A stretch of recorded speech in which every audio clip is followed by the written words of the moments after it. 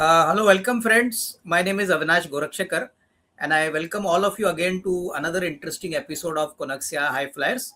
Friends, as all of you are aware, these episodes help us understand emerging companies from emerging sectors in a much better way. And we make it a point to talk to the promoters, the top managements of such companies, so that all of us can understand these companies in a much better manner. We can get to know the company's business model, their growth journey, their future growth plans, and in this process a lot of valuable information is shared by the top management team with us. The investors definitely make good use of such information. And friends, today we are going to talk about another interesting company which is going to hit the capital market very soon, and which is into the jewelry business. The company today we are going to talk is Advait Jewels Limited, and I have the privilege of having Mr. Krishna Vardhan Gilera, who's the non-executive director of the company. Krishna ji बहुत बहुत welcome sir time देने के लिए. Thank you so much. Pleasure to be here. Yeah.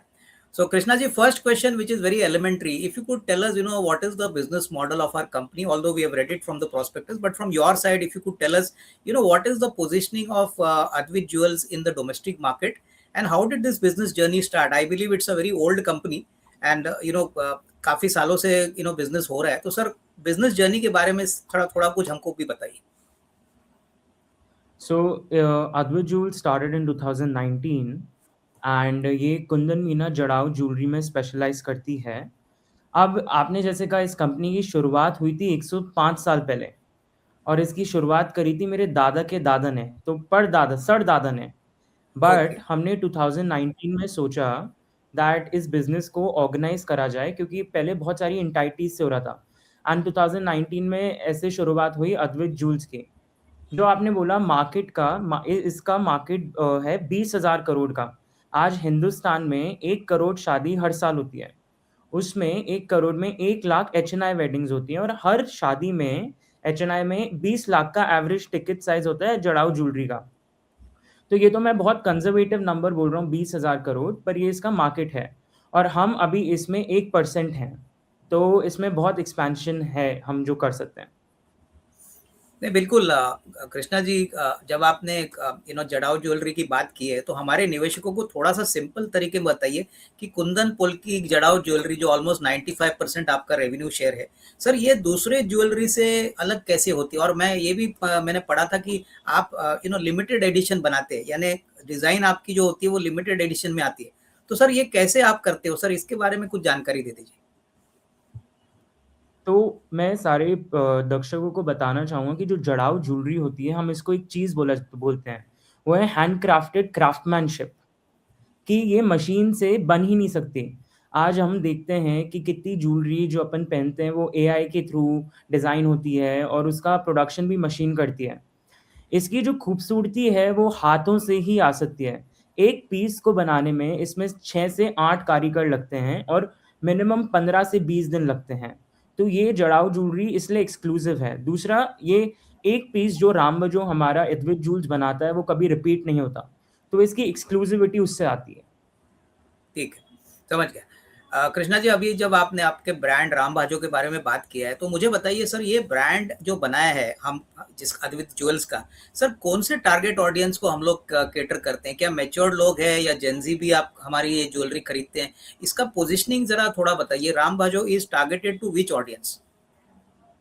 तो आज हिंदुस्तान में हम brides को टारगेट करते हैं और हर टाइप के लोगों को टारगेट करते हैं. मैं बताता हूँ कैसे.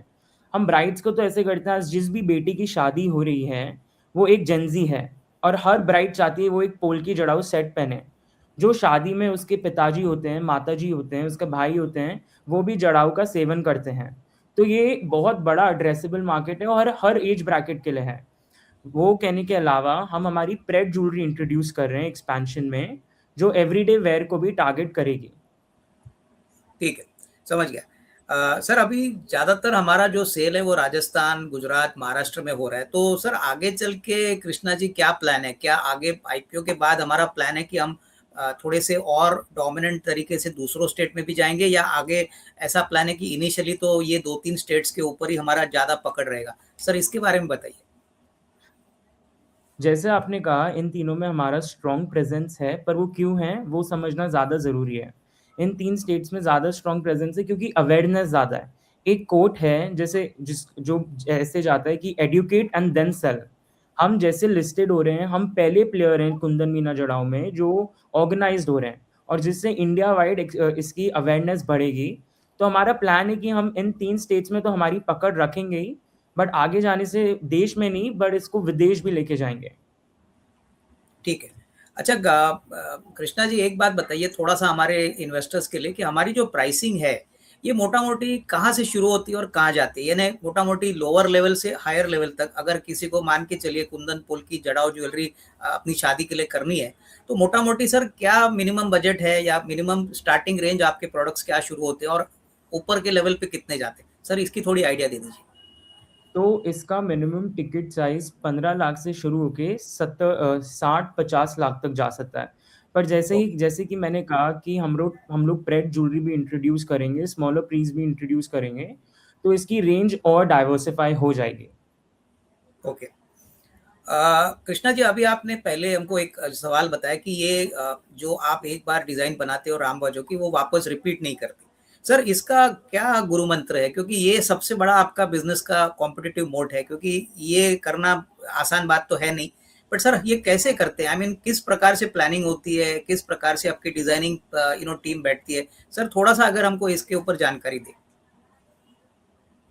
तो हमारा टैगलाइन अगर आपने पढ़ा है, तो अद्वैत जूल्स का टैगलाइन है, before it comes to fashion, it comes with us. हमारे ओके। इन हाउस मैन्युफैक्चरिंग में एनी टाइम 7 से 8 इंटरनल डिज़ाइनर्स होते हैं, जो इन डिज़ाइन्स को बनाते हैं।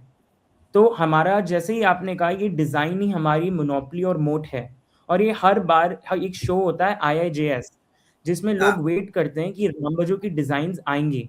तो यही हमारा हमारा मेन मोटिव होता है बिज़नेस में। ओके, नहीं समझ गया। सर दूसरी बात मेरे को बताइए, हमारा ज़्यादातर बी टू बी वाला बिजनेस मॉडल है, बी टू सी भी हम थोड़ा काम करते हैं। सर आगे चल के ये बी टू बी और बी टू सी जो परसेंटेज है वैसा ही रहेगा, या हम कोशिश करेंगे बी टू सी में भी थोड़ा सा बिजनेस बढ़ाने के लिए? तो अभी इसको देखा जाए तो आपने सही कहा, B2B 82% है और B2C 18%। बट हम आगे IPO के बाद हमारा प्लान है कि हम B2C में अग्रेसिव ग्रोथ करेंगे। बट ये कहने के साथ हम B2B में भी जितनी हमारी स्ट्रॉन्ग प्रेज़ेंस है, उतनी ही रहेगी। हम अभी 21 स्टेट्स को टारगेट करते हैं, बट B2C जैसे एक्सपैंड होता है, हम और स्टेट्स को टारगेट करना चाहेंगे। ओके। अच्छा, बी टू सी के लिए कृष्णा जी और एक सवाल, क्या हम ऑनलाइन को थोड़ा सा ज़्यादा फोकस करेंगे, क्योंकि अभी तो आपका ऑफलाइन प्रेजेंस है, बट आगे चल के बी टू सी के लिए is there any plans to increase our online presence also? See एक मैं आपको चीज़ बताऊँ, एक जब हमारे यहाँ कोई लड़की आती है खुद की ज्वेलरी बाय करने के लिए, जब तक वो उसको एहसास नहीं करती, तब तक वो बिक नहीं सकती। बट ये हाँ। कहने के साथ मैं ये कहना चाहूँगा, जैसे मैंने कहा कि हम स्मॉलर पीसेस स्प्रेड ज्वेलरी में भी घुसेंगे, कम रेंज की ज्वेलरी में भी घुसेंगे, तो वो ऑनलाइन बिकेगी। बट जो मेन ब्राइडल ज्वेलरी है, वो तो हम ऑफलाइन ही रखेंगे। बट ये कहने के साथ मैं ये भी ऐड करना चाहूँगा कि हम 7 स्टोरी 30,000 स्क्वायर फीट का एक एक्सपीरियंस सेंटर बना रहे हैं जयपुर में, और हम फ्रैंचाइज़ अक्रॉस इंडिया एक्सपैंड कर रहे हैं और खुद के शोरूम्स भी, आउटलेट्स भी अक्रॉस इंडिया ला रहे हैं। तो हमारा ही जो विज़िबिलिटी है वो और कंज़्यूमर्स के लिए बढ़ जाएगी। कृष्णा जी, अभी मेरे को बताइए कि अभी आपने बोला design is the main source of inspiration. लोग हमारे यहाँ पे पहले डिजाइन हम हमारे पास दिखते हैं, बाद में बाजार में आती है। सर दो तीन ऐसे क्वालिटेटिव पॉइंट्स बताइए, क्योंकि मैं देख रहा था कि सर डिजाइन तो सबसे बड़ी है, लेकिन इसके अलावा कोई ऐसी चीज है जो कस्टमर को अपने पास रेगुलरली खींच के लेके आता है। सर 2-3 क्वालिटेटिव पॉइंट्स विच से that our brand is doing a better job than others, if you can please tell us. कि आप एक जब जड़ाऊ ज्वेलरी देखते हैं, वो अभी नहीं बनी, वो 100 साल पहले बनी हुई एक स्टोरी है जो हम कन्वे कर रहे हैं। और वो एक स्टोरी नहीं है, एक जड़ाऊ पीस में हैदराबादी स्टोरी भी है, राजपूताना स्टोरी भी है, ईरानियन स्टोरी भी है। वो तीनों चीज़ों को डिपिक्ट करती है और फिर वो साथ में इमेजिनेशन स्टोरी लाइन में लाती है। तो ठीक है। वो जो होता है, वो एक कंज़्यूमर को बहुत कनेक्ट करता है और उसको वापस लाता है। ठीक है, नहीं समझ गया। अच्छी बात है। सर मेरे को एक बात बताइए, हमारा जो रॉ मटेरियल है वो तो सोना है, तो सोना तो सारे लोग इंपोर्ट करते हैं। सर हमारे लिए हम कैसा सोना इंपोर्ट करते हैं, कुछ हेजिंग भी करते हैं? क्योंकि सोने की कीमतें तो सर अभी तो स्टेबल हो गई है, लेकिन पिछले 5-6 महीने में तो आपने भी देखा होगा कि गोल्ड प्राइस बहुत वोलेटाइल हो गया था। अभी तो इम्पोर्ट ड्यूटी भी लगी है। तो सर पहले तो बताइए गोल्ड जो सोर्सिंग होता है वो किस तरह से आप प्लान करते हो? जितना ऑर्डर है उतना ही लेते हो या थोड़ा इन्वेंट्री भी मेंटेन करते हो सोने का? सर इसके बारे में कुछ बताइए। देखिए, हमने एक स्ट्रैटेजी बना रखी है कि हम जब भी गोल्ड, पहले तो मैं एक चीज़ बताना चाहूँगा सारे दर्शकों को कि जो एक जड़ाऊ की ज्वेलरी होती है, उसमें बस 30% गोल्ड लगता है। तो हमारा मेन गोल्ड नहीं लगता ज्वेलरी में। दूसरी चीज़, ज जब भी हम गोल्ड बेचते हैं, हम खरीद लेते हैं, तो उससे हमारा एक इन्वेंटरी गोल्ड का मेंटेन्ड रहता है। ठीक है। तो उसका मतलब गोल्ड के अलावा जो जेम्स एंड स्टोन्स होते हैं, वो भी बेसिकली रॉ मटेरियल ही हम मान सकते हैं, बराबर? हाँ जी, जेम्स एंड स्टोन्स को भी आप रॉ मटेरियल मान सकते हैं। ठीक है, समझ गया। अच्छा सर, अभी थोड़ा-सा फाइनेंशियल्स के बारे में बात करते हैं। सर नंबर्स तो आपके बहुत बेहतरीन है। एफवाई 25 का मैं आपको पहले नंबर बता दूँ। सर आपका करीबन 25 करोड़ साल का प्रॉफिट है और 125 करोड़ का रेवेन्यू। अभी मेरे ख्याल से दिसंबर तक आपने ऑलरेडी 125 करोड़ और 25 करोड़ का पैट किया है। सर मेरे को बताइए ये साल जो 25 का था, इसमें तो भारी भरकम तरीके से आपका प्रॉफिट बढ़ा है। तो सर इसका कारण क्या था? एक whether product mix was better और सेकंडली गोल्ड के प्राइसेस भी बढ़ गए तो ऑटोमेटिकली आपको भी रियलाइजेशन अच्छा मिला। तो सर गोल्ड प्राइस और वॉल्यूम ये दोनों साथ-साथ अच्छी तरह से बढ़ा इसलिए प्रॉफिटेबिलिटी अच्छी हो गई? देखिए, इस साल हमारा बहुत डिज़ाइन सेंट्रिक हमने एक स्ट्रैटेजी बनाई थी इस साल शुरू होने से पहले। तो हमारे जो वॉल्यूम थी वो बढ़ी थी इस साल की, हमने लास्ट ईयर का दिसंबर तक ही वो रेवेन्यू टच कर लिया। गोल्ड की जो प्राइसेज़ बढ़ी उससे ज़्यादा फ़र्क नहीं आया, 2 से 2.5% का फ़र्क आया। पर मेन था कि हम जैसे हमारे बिज़नेस में मॉड्यूल जो चलता है वो है, हमारे पास जितनी इन्वेंट्री होती है, उतनी पैरेलली हमारी सेल्स होती है। तो जितनी इन्वेंट्री बढ़ती है उतनी सेल्स होती है। तो वो एक फ़ॉर्मूला चलता है। ओके, ठीक है। अच्छा कृष्णा जी एक बात बताइए, हमारा धंधा जो है जैसे हम डिज़ाइन्स बनाते हैं और बाद में कस्टमर्स को दिखाते हैं। सर मुझे बताइए कि नॉर्मली हमारा धंधा ऑर्डर बुक ड्रिवन है या बेसिकली रोलिंग ऑर्डर्स आते हैं कस्टमर्स का रेगुलर आपके बी टू बी वाले कस्टमर्स है। तो सर हम प्रोडक्शन कैसे प्लान करते हैं? तो हमारा जो है, हमें ये पता है हमारा जो क्वार्टर 3 और क्वार्टर 4 होता है, उसमें शोज़ और वेडिंग चालू हो जाती हैं। तो वो हमें पता होता है पहले से कि पहले कौन-सा ट्रेंड आने वाला है, क्योंकि वो हम बनाते ही हम हैं, और दूसरा वो सीज़न्स के अकॉर्डिंग हम लोग प्लान करते हैं हमारा मैन्युफैक्चरिंग।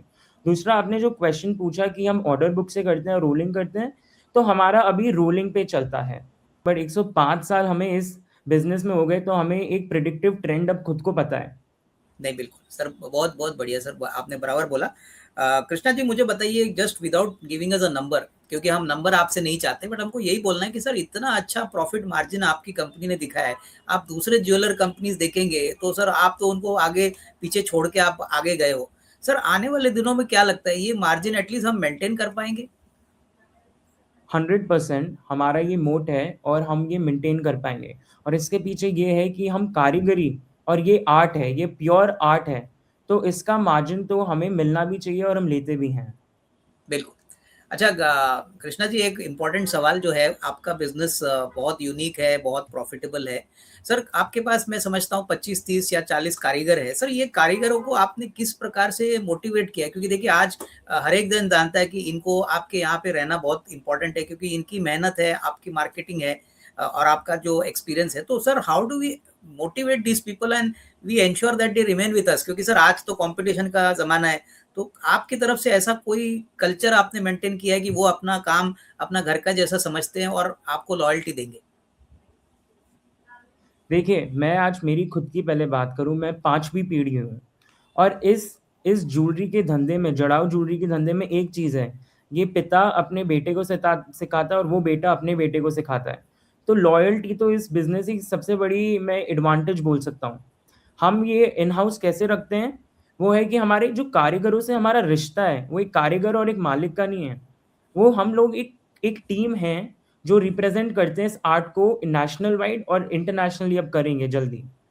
ओके। तो वो एक नहीं ठीक ट्रस्ट फैक्टर, एक लॉयल्टी है जो कभी कुछ पैसों के लिए टूट नहीं सकती। नहीं, नहीं बिल्कुल सर बहुत अच्छी बात बोली आपने कृष्णा जी। कृष्णा जी अभी पब्लिक इश्यू के बारे में बात करते हैं। Sir it is a big achievement for the entire promoter family. Sir public issue हो रहा है। सर बताइए कितना पैसा हम मार्केट से उठा रहे हैं और कहाँ पे ये पैसा यूज़ होगा? सो हम लोग इन टोटल अराउंड 188 करोड़ उठा रहे हैं। हम लोग 30% डाइल्यूट कर रहे हैं। और इसमें से पैसा जो कहाँ यूज़ होएगा, वो 65 करोड़ हम डेट हमारी पे कर देंगे, तो हम डेट फ्री कंपनी हो जाएंगे। 10 करोड़ का एक छोटा सा हम पे लोन रहेगा, तो वो इनसिग्निफिकेंट है। दूसरा ओके। जो है, हम 65 करोड़, जैसे मैंने आपको समझाया था, हम जितना इन्वेंट्री रखते हैं उतनी हमारी सेल्स होती है।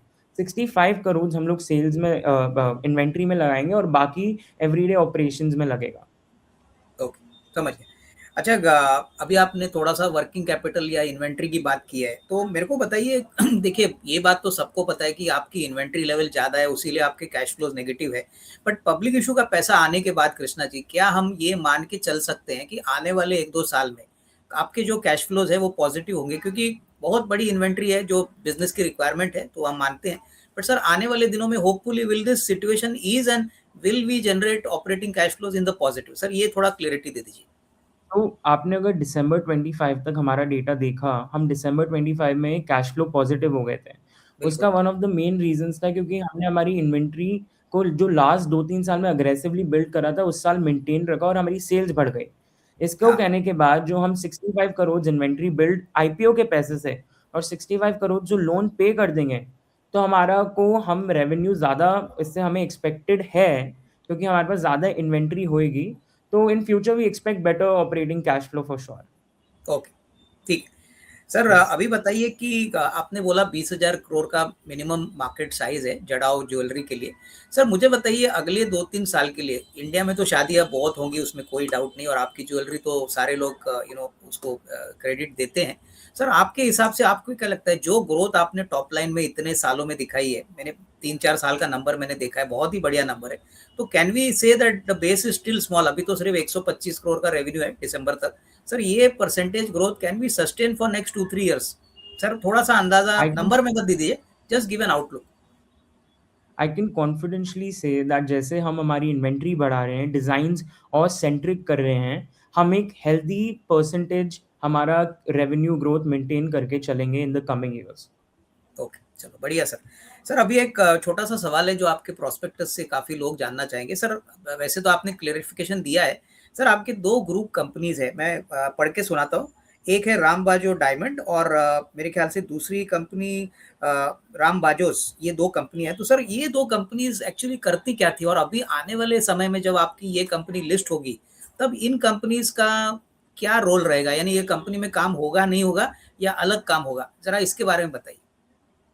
देखिए, मैं इसके लिए यही कह सकता हूँ कि अद्वैत जूल्स एक इंडिपेंडेंट कंपनी है और वो उसकी तरह ही चलेगी।